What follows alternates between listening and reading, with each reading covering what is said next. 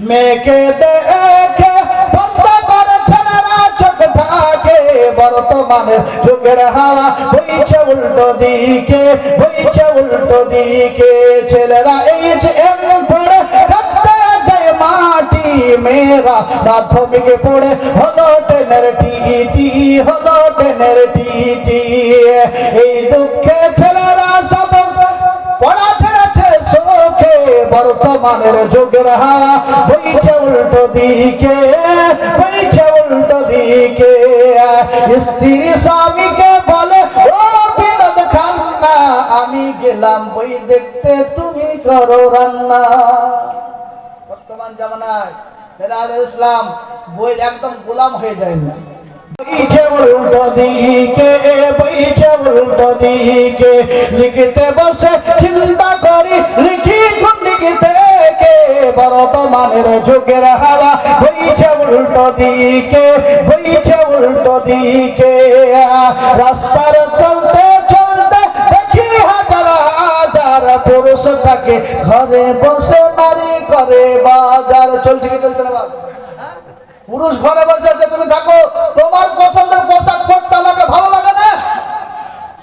তোমার পোশাক টাকাটা দাও, শপিং মহলে যে বাজার করে নিয়ে আসি।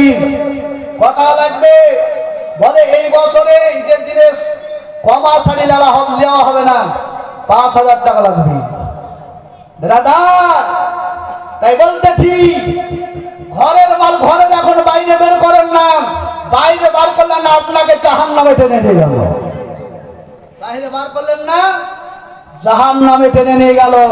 ফেরাদুল ইসলাম ঘরে যতক্ষণ থাকবে গুণ জ্ঞান ঠিক থাকবে। ঘরের বাইরে বার করলেন না, আপনি হাফমাডার। ঘরের বাইরে বার করলেন না, হাফমাডার। তাই বলতেছে সাজেশনটি বলছে, দেখুন রাস্তায় চলতে চলতে দেখি হাজার হাজার পুরুষ থাকে ঘরে বসে নারী করে বাজার, নারী করে বাজার। মেয়েরা প্যান্ট শার্ট পরে চশমা লাগাই চোখে। বর্তমানের যুগের হাওয়া বইছে উল্টো দিকে, বইছে উল্টো দিকে।